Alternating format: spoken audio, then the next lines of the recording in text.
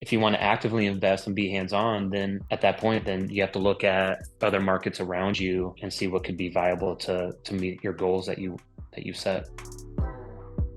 For starters, it's really where is, for us at least, it's been where is your infrastructure? So that could be uh, yourself, where are you personally located? Are there deals? Are there opportunities to invest where you're at today?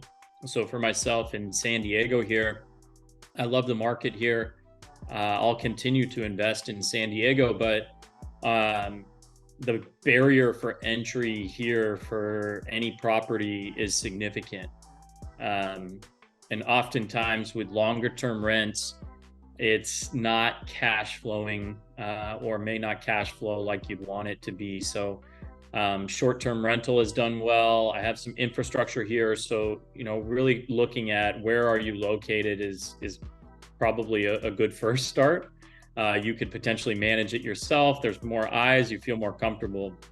So from there, it expands into uh, where could I invest elsewhere? And for me personally, the fact that I'm investing in the Midwest, it started really kind of by, I'll say, coincidence and networking, but got connected to Mark, and he was given turnkey rentals in Omaha, and it was low barrier of entry, 63K for the house.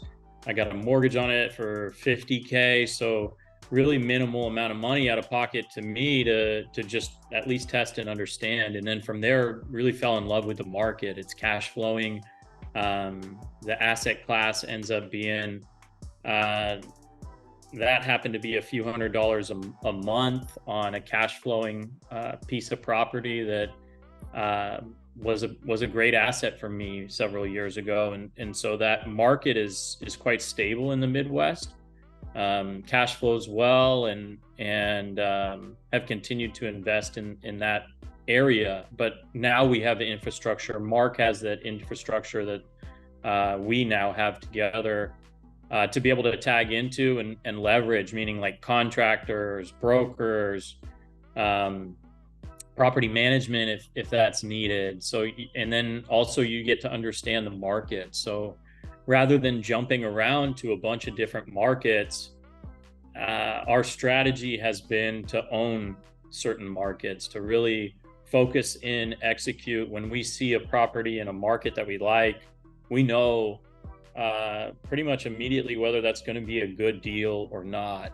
And that's because we've stayed in that market. And then we've expanded a bit from there. We went from Omaha and Marks and Lincoln, and then we moved over to Iowa. But all of that is driving distance that we can leverage a lot of the same infrastructure. Yeah, I would say there's definitely numbers, whatever numbers you look at to help you determine what would be a good investment for you. You can dive into those numbers in any market you want to help you kind of give you a high level view of maybe what regions of the US can produce the type of returns that you want. And then after that, it's a lot about relationships and what relationships you can build within that market prior to even investing in that market with networking with other investors, with brokers, with lenders, things like that, and really see where you can build the best network that you're most confident that could help you with your investment in that specific market. Because again, if you're doing it remotely and it's outside of a drive for you, your entire business model is going to be based off of the relationships that you can build to really run your business in whatever market you go to. So oftentimes it can be the lowest barrier of entry can be investing in something that's in your backyard because again, like Adam was saying, you understand it the most if that's where you live. But I also at the same time wouldn't be afraid to expand your horizons a little bit. Because again, with technology